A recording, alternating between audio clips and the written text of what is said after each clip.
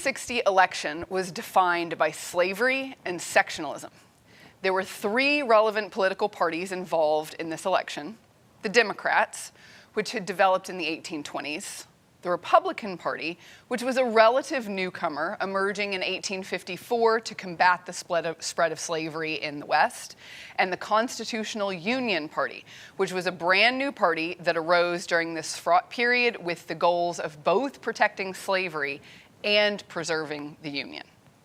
For a bit more background, much of the US prior to 1860 had been defined by congressional haggling to develop political compromises regarding slavery.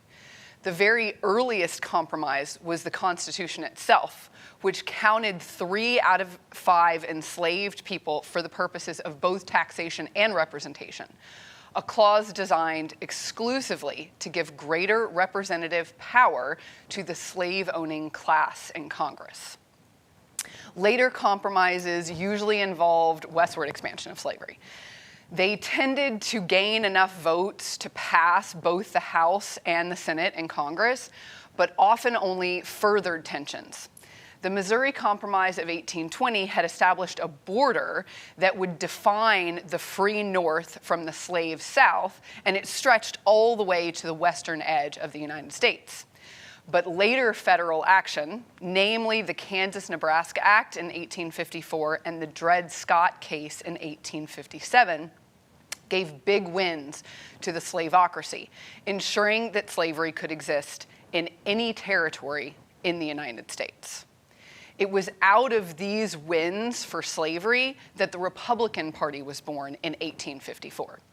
Their goal was to arrest the expansion of the slave power in the West, though most Republicans, including the dark horse nominee for the 1860 ticket, Abraham Lincoln, did not believe they had the constitutional authority to eliminate slavery in states where it already existed. Nevertheless, states in the South that were deeply committed to slavery saw Republicans as an existential threat to their institution of legal human bondage and vowed to secede from the Union if Lincoln won. While slavery, or at least the opposition to it, was a uniting force for the Republican Party, the Democrats split over the issue in 1860. They held conventions that year, 2 of them, that finally broke apart with Northern Democrats supporting Stephen Douglas and Southern delegates supporting John Breckinridge. Meanwhile, the third party, the Constitutional Unionists, ran John Bell from Tennessee.